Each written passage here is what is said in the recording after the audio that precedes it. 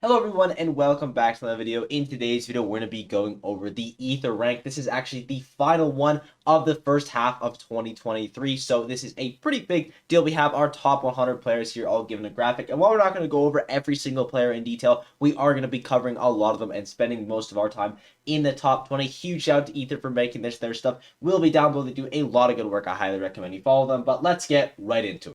So basically everything that you need to know is this is an ELO based ranking that takes in the last 6 months of competitive Smash. As you can see right there, you have the players' points and how high they scored this season. So from players 100 to 91, you're going to have Lax, who's playing Chrom, Gachapy, who's playing Lucario, Toraguri, who's playing Banjo, and Mezcal, who's playing Ridley. Those are characters that should not be having success in current meta ultimate, especially Banjo. Toraguri is one of the most talented players to ever touch this game. The amount of success he has with Banjo is absolutely unreal. And while the peak technically still does go to tweak when he picked up the character way back when he first came out, it's kind of like how Zachary's peak of Sora is at Kaguribi. Even though Kameme is the best Sora of all time, Zachary does have the highest peak. So I would say that Toraguri is definitely the best Banjo we've had in this game. You also have Shogun making an appearance. You have Tampa, who I haven't really seen a lot of Bayonetta players in Japan, but he's definitely the most successful one. So big ups to him for that. Orion's a constant threat. Javi, we haven't seen a ton of Mexico this season, unfortunately, because they've yet to have a major, but they have 2 majors coming up, and Smash Factor is going to look like a mega super major, like potentially a P-tier event. So there's going to be a lot of Mexican players who can perform at that event. And Javi, I think,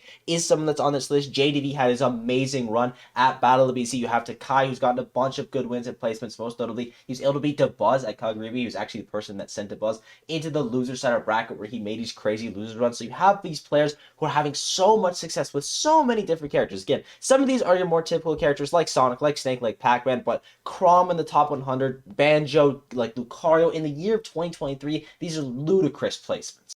Next up, you have 90 to 81. You have a lot of people who this was kind of their first year being a super big threat in competitive Smash. You have 33 Parent Box, you have Senra, you have Aegis. Some of these guys were getting results before, but definitely not on the level that they're getting them right now. Kananabe is another one who's been super popping up. You have Senra and Base Mage being so close to each other on the ranking. I think they really both are in contention for that #1 pop, but I definitely would agree that Base Mage should take it. Mystery's a player that's had some super big pop-off tournaments, Repo as well. Shiryuki is still making Inkling work in 2023, which is pretty crazy. You know, you have Raffle at 89, which I think is a little bit low for him, but he hasn't been doing super well this season. He hasn't just really been playing this much this season. You also have Europe only having 1 major event where he actually did pretty good. So Raffle's a player I think definitely will go up if he stays more active and Europe just kind of gets more major events. Noi is also doing well with Byleth. I thought Byleth was going to fall off super hard after Leo dropped the character. Not drop, but stopped playing them as much. But you're still actually having a lot of people getting pretty good results. So shouts to him for that. Aegis as well. I love Terry getting results, and he's been popping off a lot lately. So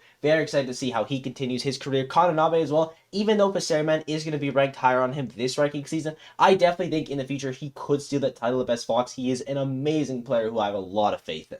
Next up, you have 80 to 71. I'd say the weirdest character on this part of the list would be Toon Link, but to be fair, there's a lot of people that actually have decent amounts of success with this character. Sigma being the prominent role, but level 1's really good. Suna's really good. This is a character that has been having success all around the world, so I just may be underrating them. Abadongo as well, switching his focus to Game Watch. He plays so many characters at the top level. I think Game Watch is a great addition to the cast, though, because he is incredible. Like top 10, maybe top 5 good character. Leon as well. Again, Europe hasn't had as much chance to prove himself, but all the regionals, Leon has been performing well. Speaking of players that haven't had the chance to perform themselves, Waka. When these major events are happening in Mexico, Waka is going to get a couple upsets. It's just inevitable. He is incredible. Snow's been popping off a lot more towards the end of the season. Wasn't as good towards the start, but I don't think they had as many tournaments under their belt as well. So towards the end, they've been looking amazing, even good enough to steal that title of Best Mario in Japan from now. So here's to see how that unfolds. D-Dog as well has had a couple pop-up events, most notably Collision. He did amazing at that tournament. Ray Raccoon, again, another Luigi on this list. Luigi's another character that I thought wouldn't have as much success in the current meta, but clearly I was wrong because you have a couple more of them on the list. You have Kronos, who's a player that is absolutely amazing. Snake is a character that is very popular right now at the top level. And speaking of popular, you have Omatsu with Min Min. Japan loves Min Min, and to be honest, I can't really blame them because that character is ridiculous. And Tsubaki is a player that I think has a ton of potential behind them. They did really well at the start of the season in Japan 24. Most recently, they've been picking it up again with an amazing performance at Subageki. I'm really excited to see how they continue because they're looking to be like one of the best Joker players in the world right now.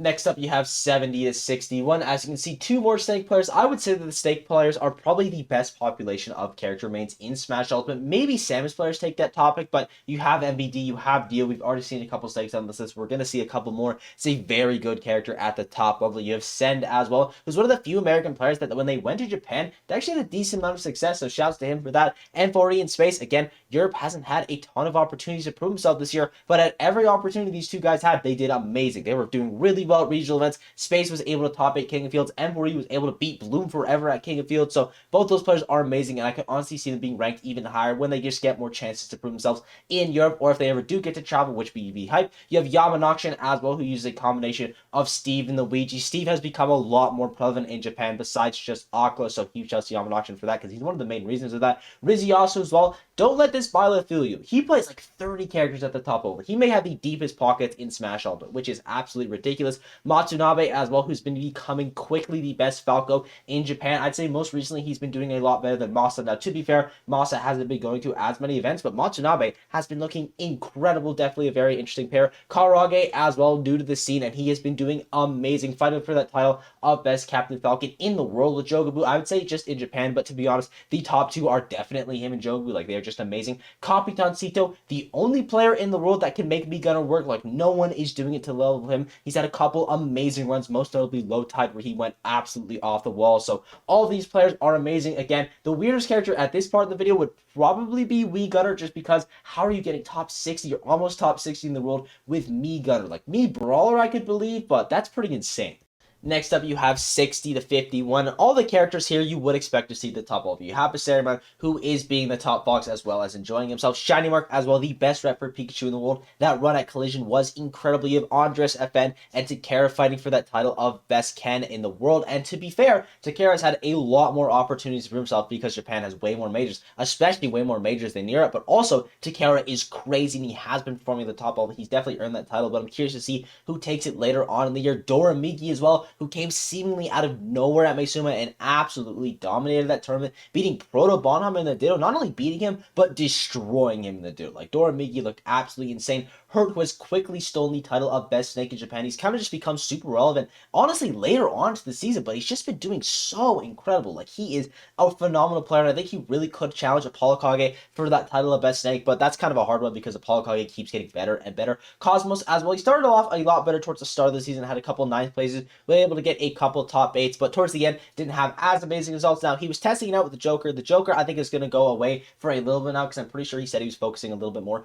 on Street Fighter 6 and stuff, but he's a player that you really never can count out. He's been to the super top level in Smash Ultimate, and once you've been to the top, it is much easier to get back there, so I have a lot of faith in Cosmos. He has so many characters at the top level as well, something that he doesn't really get enough credit for. You have I'm, who is definitely the best Sheik in the world at this point. Now, there's a couple people that I think could maybe still Mr. On when he's back on his game. I think WebJP's a one. Void, when he ever plays Smash Ultimate, maybe could take that title, but I'm has been looking amazing. Multiple top 8s at multiple different majors. You have Quick, again, top 52 in the world, and he's been doing it mainly from Europe. And by mainly, I mean pretty much only from Europe. I think he might have went to Battle of BC, but didn't do exceptionally well there, but he's been doing really well at the regionals. He did pretty well at King of Fields as well. And then finally, do have Masa, who is the highest ranked Falcon on this list, so huge shouts to him for that. If Tilde's a little bit more active later on in the year, he definitely might have a little bit more trouble defending that title, but when Masa goes to events, he looks incredible. Next up, you have 50 to 41, and don't panic when you see this Donkey Kong. It is Hikaru, so he is using a couple other characters like Roy and mainly Sora right now, but he has had a lot of success with Donkey Kong, which I don't really understand. Not a lot of people can make this character work. I feel like it's him and Chunky Kong at the top level that are having the best results, but Hikaru, he's had a pretty good year. Kobe as well, who does take the title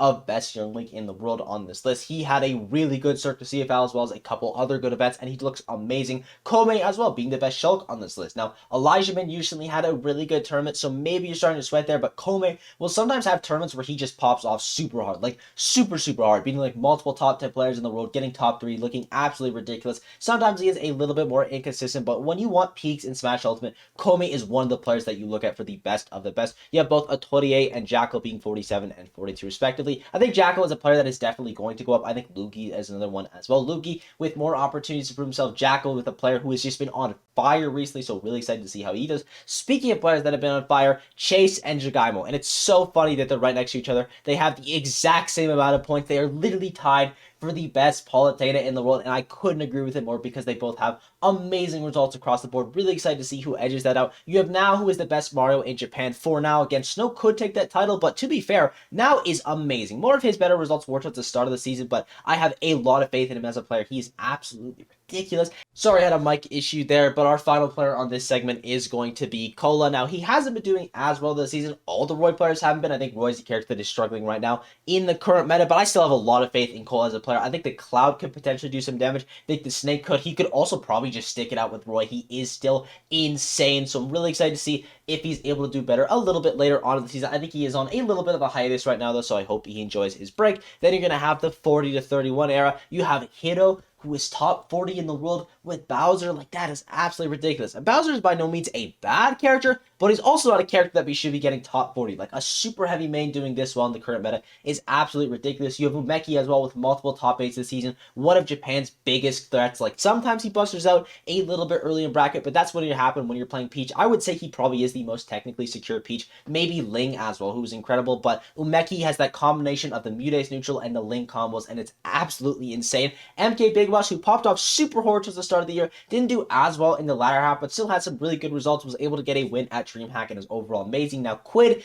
isn't a player that we've seen perform a ton. He's only been to 2 major events, and one of them was a 17th place at Collision, where he actually did pretty well, getting a win on Buzz. But I think if we see more of him, he's going to be ranked way higher. Like, I have a lot of faith in Quid. Jogabu as well, who is definitely the best Captain Falcon in the world right now. He's been doing amazing over in Japan. Lima's another player. I feel like people don't give Lima enough credit. He is crazy good. Like, Lima is insane. That run at Collision is absolutely ridiculous. Masha as well, another player that people don't give enough credit, who's been doing consistently well throughout the year, most notably at Kagadibi, where he had a really good result. Ouch as well, another player doesn't get enough credit because he hasn't had any top 8s this year, but he's got 9th place at Genesis, 9th place at Major Upset. He's gotten a bunch of good wins, and another player, I think the second he gets another top 8, because we saw it a while back at Battle of BC, I think he's a little barrier. Once he breaks that barrier, I don't really think anyone's going to be able to stop him. And speaking of players you can't stop, Neo has been on such an improvement rate lately. Like, you definitely have to look out for him. For sure, the best corner in the world right now at this point. Though Shattuck may be able to take that title back. His 2023 year hasn't been as amazing. And then finally, you have Mars, who hasn't been super active, but when he goes to events, he does really good. 3rd at KawaiiCon, 7th place at Level of Expo, and an amazing 9th place at Genesis with a crazy losers run there.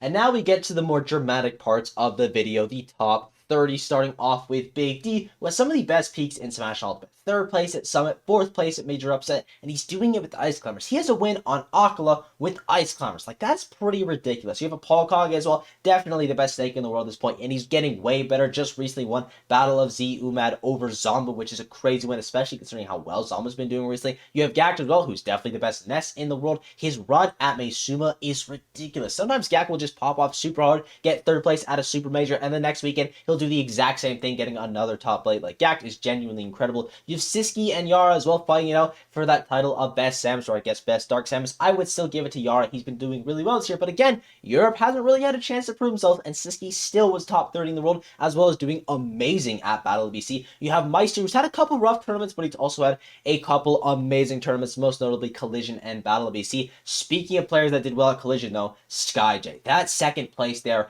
is unreal. Double eliminating Spargo and getting a bunch of other good wins along the way. Like, genuinely incredible. And he's had a couple other good runs as well. I'd say his next best one would be Summit. You have Ken, who's had a couple really good runs. 2nd place at one of the Meisumas, which is really impressive, only losing to Mia and getting wins on Akala at that tournament. So that's really good. You have Buzz as well, who popped off super hard towards the latter half, especially with that run at Kaguribi. That is one of the best runs we've had this season. So many good wins along the way there, and a lot of game 5s, which just proves he is still fighting. He's still got that dog in him. I think the Buzz will win a major soon because he's getting close. You know, he won a C tier, he won a B plus tier at CEO. Next step is winning an A tier, then an S tier, then an S plus tier, then an P tier. I'm just saying, Debuzz is the best player in the world in 2024. I could see it. Onan as well, not as active in the 2023 year, but that run at Crown was really impressive. And I think when we see him come back to Smash and compete more often, we're going to see more runs like it.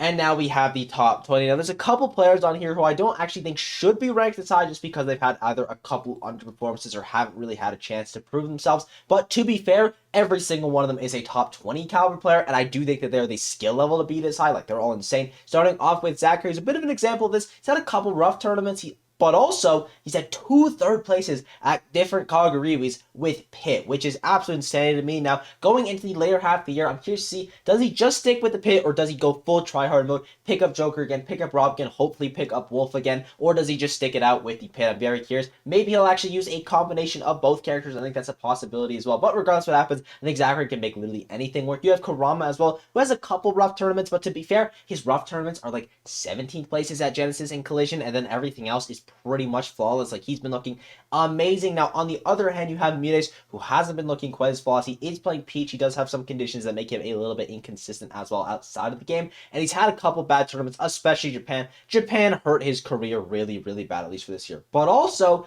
Genesis may still be the best run that we've had this year. Even though it doesn't win the event, the amount of top player wins that he got there is absolutely ridiculous. Like, that run is genuinely incredible. You have Ostimo as well, who's had a bunch of pop-up events, most notably a second place at COG DB9, where he was able to get a set on Akala and a bunch of other players. You have Bloom Forever. Now, Bloom definitely does not have the results of a top 20 player or a top 16 player, but when you watch him play, it's like, oh, that guy's top 10 for sure. He just destroys people. Now, unfortunately, he underperforms at Europe's only major of the year, but I'm not going to hold that against him. I think he is genuinely incredible. I think when more major events come, he's going to absolutely own them. I hope we get to see him traveling eventually, because he is really amazing. You have T, who's had a bit of a rough season, to be honest, but he's still top 15 in the world. Like, when T's having a rough season and he's still top 15, that's how you know he is amazing. You Zomba as well, started off a little bit weaker. Since he went to Japan, has been looking phenomenal. Like, the best player in America, phenomenal. Most recently winning his first event, which is a super major event, by the way, in Crown, where he got a bunch of good wins.